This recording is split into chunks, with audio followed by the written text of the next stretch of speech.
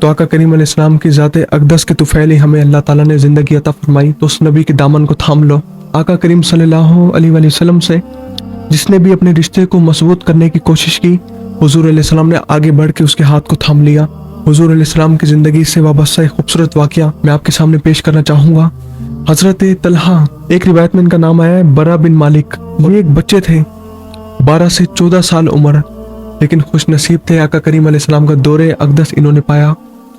हज़रत तलहा की उम्र है 14 साल और आप गली में खड़े हैं। आका करीम सल्लल्लाहु अलैहि वसल्लम का उसी गली से गुजर हुआ और किताबों में लिखा मौजूद है कि हुजूर जिस गली से गुजरते थे वो गली हुजूर की खुशबू से महक जाती थी और कुफार भी पहचान लेते थे यहाँ से मोहम्मद मुस्तफ़ा गुजरे हैं। अल्लाह अकबर, उनकी महक ने दिल के गुंचे खिला दिए हैं। जिस राह चल गए हैं कूचे बसा दिए हैं। अरसा हुआ तैबा की गलियों से वो गुजरे थे, अब तक महक आती है उन गलियों में पसीनों की। तो हुजूर गुजरे तो हजरत तलहा ने देखा। उम्र थी 14 साल, लेकिन मुकद्दर जाग उठा। आका करीम अलैहिस्सलाम के पास दौड़ के आए और हुजूर के बदन से लिपट गए। कुर्बान जाए इनके बदन पर जिनका बदन मेरे मुस्तफ़ा के साथ लगा हो। तो जब ये बच्चे हुजूर से लिपटे तो आका करीम ने फरमाया, बेटा क्या हुआ? अर्ज की, हुजूर मेरा जी चाहता है कि मैं आपकी बात पर अमल करूं। आप मुझे कोई हुक्म दें और मैं उस पर अमल पहरा हो जाऊं। अल्लाह अकबर। अब आप जानते हैं कि 12 से 14 साल की उम्र का जो बच्चा होगा उसको क्या काम बताए जाएंगे। जाहिर सी बात है आका करीम ने भी उसको छोटे छोटे काम बताना शुरू कर दिए। कभी फला चीज़ को मंगवाना, तो ऐसे छोटे छोटे काम वो हुजूर के करता। लेकिन कुर्बान जाए हुजूर बहुत जिक्र करते थे हजरत तलहा का। आका करीम सहाबा की महफिलों में उनका बहुत तस्करा करते थे।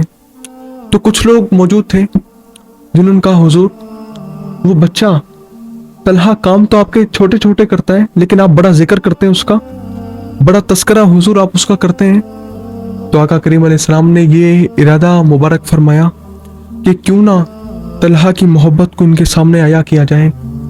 एक दिन हजरत तलहा हुजूर के पास आए। देखना कि उम्र है सिर्फ 14 साल, लेकिन यकीन करें यही जवानी है और यही बचपन है कि हुजूर से मोहब्बत की जाए। जब बंदा जवानी में आमिना के लाल के दामन को थाम लेगा और आका करीम से अपनी चाहतों के रिश्ते को मजबूत करेगा, तब उसका बुढ़ापा भी पुरनूर होगा। जनाब तलहा की उम्र थी 14 साल। हुजूर की बारगाह में आए।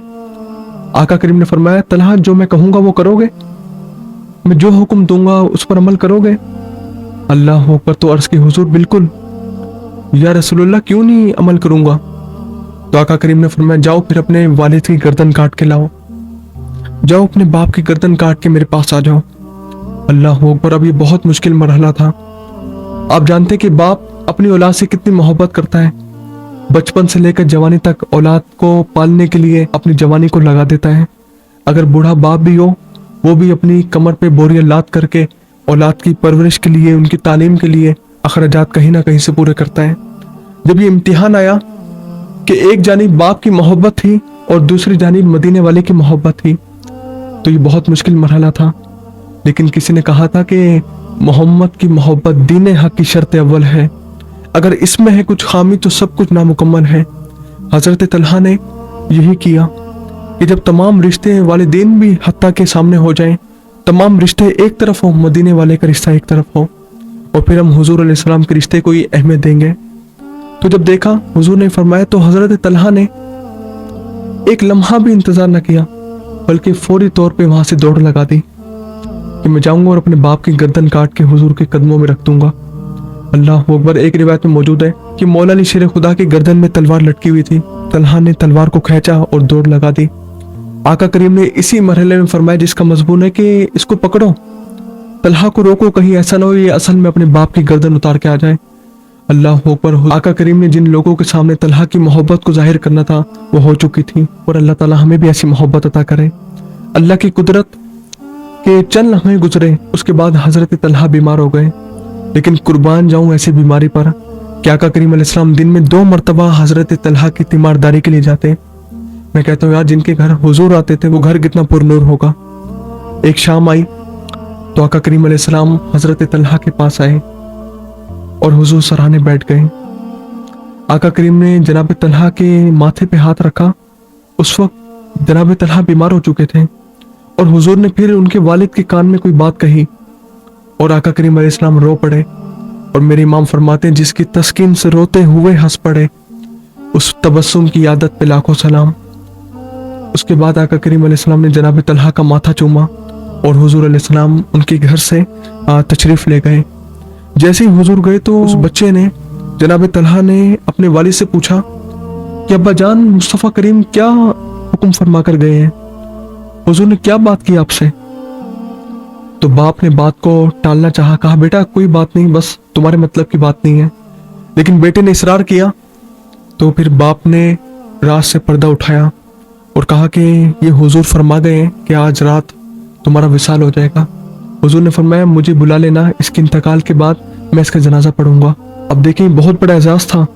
ہماری تمنا یہ ہوتی ہے، ہماری آرزو یہ ہوتی ہے کہ جب ہم پر نزا کا عالم آئے تو مدینے والے کا دیدار نصیب ہو جائے اور حضور علیہ السلام ہماری موت کے وقت ہمارے پاس آ جائیں، لیکن یہ اس خوش نصیب بچے کا واقعہ میں آپ کے سامنے چھیڑ رہا ہوں جس کی جنازے میں آنے کی خواہش خود حضور فرما رہے ہیں۔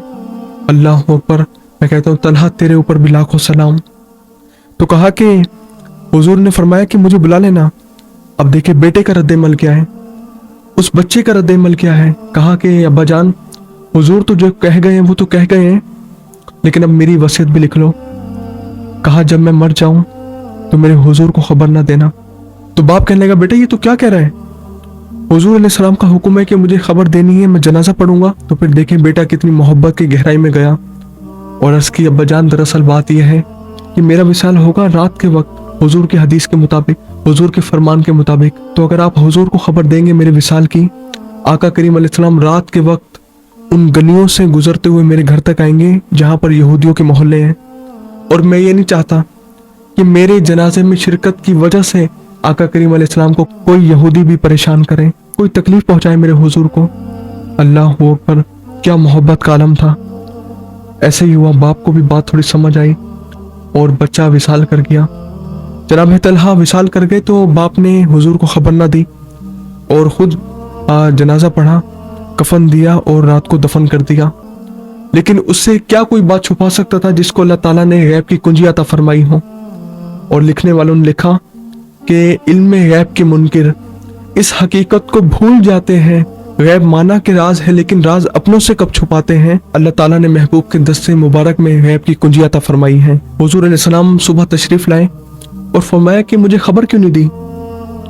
طلحہ اس دنیا سے چلا گیا، مجھے بلایا کیوں نہیں؟ میں نے خود جنازہ پڑھنا تھا۔ تو عرض کی حضور طلحہ میرا بھی تو بیٹا لگتا تھا، اور میرے لیے اس سے بڑا اعزاز کیا تھا کہ میرے حضور میرے بیٹے کا جنازہ پڑھائیں۔